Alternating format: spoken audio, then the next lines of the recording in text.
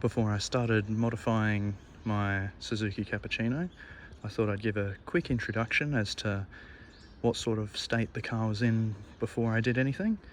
So this is my 1994 Suzuki Cappuccino. I purchased it in Saitama in Kumagaya. It got delivered here Monday. Today is Friday and I have all the parts ready to start doing some servicing and repairs. So we'll give a quick brief overview of how the car is currently. At the moment, all I've done so far is an oil change and an FM transmitter and a phone mount. Everything else is exactly as it was when I got the car. It has had a meter change, so that is incorrect. It's done 130 before that as well, so a lot of kilometers. It was quite cheap. HKS boost gauge. Everything is very worn. The steering wheel is worn. Even the boost gauge has some cracking on the face. We've got a single split on the dash. The driver's side window does not move currently. We'll have to investigate that. Probably a new regulator required. Momo steering wheel, which the original steering wheel looks nice, but most people swap them out so you get a bit more space, which is understandable. Everything is tiny. I cannot underestimate this. Like the shifter, look at my hand, or the handbrake. Look, it just disappears in the palm of my hand. The AC vents, 2 fingers wide, like my hand for scale. Everything is just on a miniature scale. The glove box isn't actually big enough for an A4 piece of paper. So all my documents I keep behind the seat, and some genuine HKS stickers, but we'll get to that later. It came with a GPS system, obviously aftermarket. I'm going to remove that. It looks quite ugly and it's quite old. Obviously you can use your phone these days. Also a dome light, because the standard one is not in a great spot. I'll probably remove that though. An old Kenwood stereo. Center console with the fuel door release.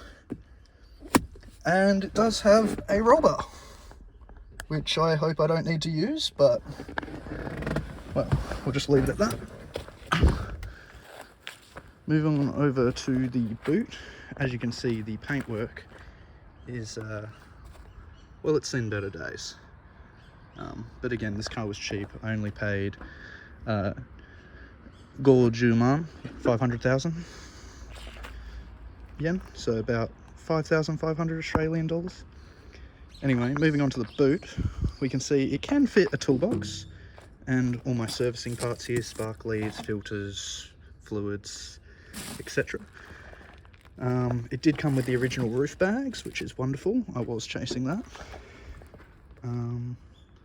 So yeah, that's all I can really say. It does have a spare tyre under there and all the original tools, which is lovely.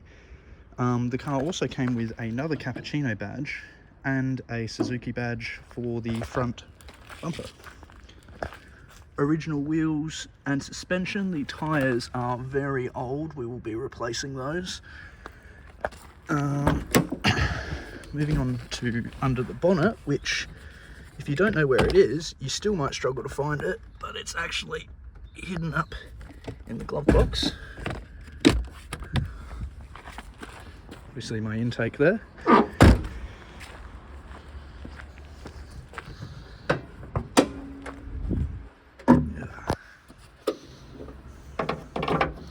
Under here is literally all stock. The battery looks like it was only changed a couple of years ago, going off the date, which is good. We've got a bit of a leak here somewhere, or maybe that was an oil spill, not quite sure. We've got a leak onto this pipe here. Not sure where that's coming from, perhaps here. These intercooler pipes are looking pretty worse for wear. Probably gonna have to replace those. I will have a look at the timing belt later today, but I was told it was sorted, so we'll have a look. The drive belts are very average, so we'll be replacing those today. Stock airbox, stock everything. Makes it a lot easier to register it once I get it back to Australia, so that'll be good. Yeah, other than that, that's about all there really is to it. It's a tiny car. I mean, it's turbocharged, it's rear-wheel drive, the roof comes off. What more can you want, really? Yeah, obviously we're going to focus on, you know, the paint side of things and that once it gets back to Australia. The biggest concern while in Japan is to get it obviously running right, and repair little things like we have damaged aircon vents and all parts that I won't be able to get in Australia. So I'll be looking to replace as many of those parts as possible before I go back to Australia. And then, yeah, I mean, painting you can do anywhere in the world, so that's no problem. So yeah, that's just a brief overview of my little cappuccino. I plan to, yeah, compete in some motorsport activities here at the Kyoto University Car Club. So yeah, look forward to doing work on it and giving updates as I go along.